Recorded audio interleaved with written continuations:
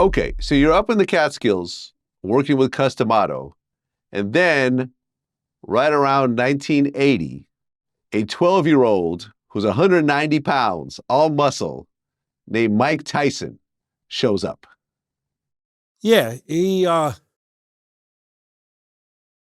was training fighters. I started the Catskill Boxing Club. We had a real club now. There were fighters there. It went from nobody. I brought in 10 kids, 20, 30, 40, 50. We had a real gym. And we were winning tournaments. I was taking kids out to fight in amateurs, taking them down to the Bronx to get smokers, fights down there, get more experience because this fighter had a gym down there, his former fighter, Nelson Cuevas. And we developed some. Cuz would only come to the gym maybe once a week just to see what was going on. And give me what I needed. Just a boost. I wasn't making money, so he had to give me a boost. And he'd say, look at this, Teddy Atlas is making champions. So that was all I needed.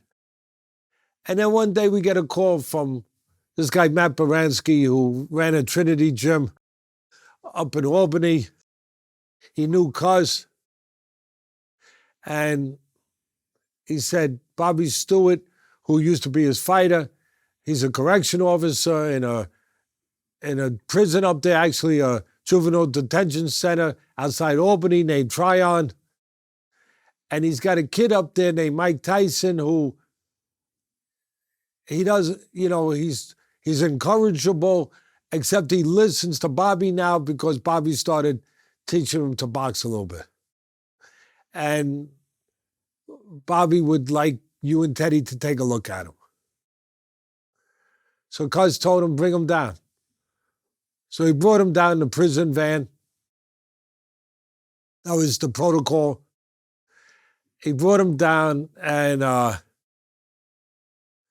we took a look at him. He was very raw, but he was 190 pounds, 12 years old. First thing I thought, where's the birth certificate, right? I mean, how could you not think that?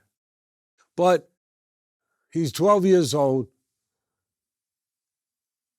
and he don't know nothing. But he's strong. He's 12 years old. He's 190 pounds. So you can't look at the bag, hit the bag. He could go knock the bag off the chain. That wouldn't mean nothing to me. So I got to see him box, and Cus, of course, the same. So I didn't have anyone that size. So Bobby Stewart, who at the time was 27 years old, 27, 28, I think 27, he was a former national champion in amateurs and a former pro for, I think, 14 fights. But he was only 175 pounds. But it don't matter. He's 28 years old, 27 years old, and a former pro. He could move around with him, and not hurt him and move around. We could get an idea because you can't get an idea hitting the bag. You got to find out what's not outside but what's inside. And the only way you get an x-ray of that is to get in the ring. And with somebody that can test test your will, test your spirit, not just your skill. So they get in there, they box. And like I said, very raw, but he had things you can't teach. Quickness, power. Me and Cus always said, punches, and I would always say it on ESPN over the years, punches are born, they're not made. And it's true. He was born with power. And you could see this. But you could also see that he was a kid from Brownsville. He didn't have anything. He'd been arrested 30 times already. There was nothing to go back to. And you could recognize there was an urgency. You could recognize that there was an innate intelligence and awareness with him that he was on audition for his life. He didn't know for sure where it could take him, but you know what? Wherever it was going, it was better than where he'd been. So he instinctively knew how he had to behave. He had to behave like a tough, hungry fighter. even if he didn't feel that way. And I also knew immediately, because I run the gym, and I understand, Cus was right, I was made to be a teacher, where you got to be the boss. You got to be in charge. I'm in charge. Years later, when I'm a pro trader, people say, oh, Teddy Atlas is a dictator. Guilty. Yeah. If that's what you call a guy who's in charge, that doesn't make deals, that doesn't let you be in charge, you came to me for a reason. If I can't be in charge, I can't do the job. Yeah. I'm not making deals with you. The deal is for me to teach you and for you to learn, not to find ways around that. So I knew what I had to do. And I had a feeling what was going to happen. So after 2 rounds, we saw what we had to see. Strong as hell, quick twitch, ability. And Bobby had to actually fight a little bit to hold him in his place. That's enough. And he got a bloody nose, Tyson. Here's the telling thing.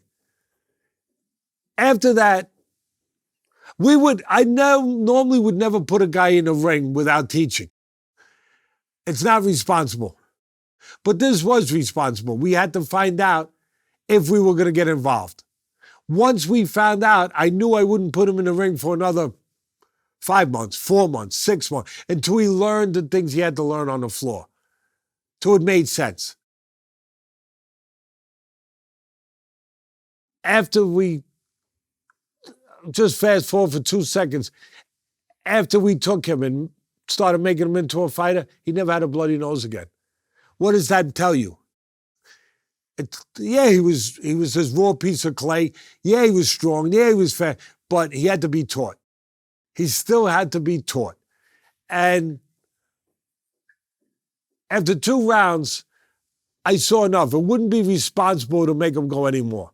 I saw enough. Cus knew it. Cus is sitting in a chair. It's my call. I jump. All right, that's it. Get out. Tyson says, no, I'm not getting out. What do you mean you're not getting out? I'm not getting out. I want to do another round. No, you're getting freaking out. And you're getting out right now. Because I had to send a message that I knew what was going to happen. I knew we were going to train this guy. You didn't have to be Notre Dame to figure that one out. 12 years old, 190 pounds, Cus wants another heavyweight champ, and he's looking at this. Yeah, okay, you didn't have to be the Mason Kreskin. We're going to take him. But I got to show him that there's going to be rules here, and there's going to be one person in charge. No, you're getting out. Finally, he gets out. Cus says to me afterwards, what do you think? What did you think? He's like testing me. What did you think when he said he wanted to go? You think that was real? I said, no. Cus says, tell me what you thought.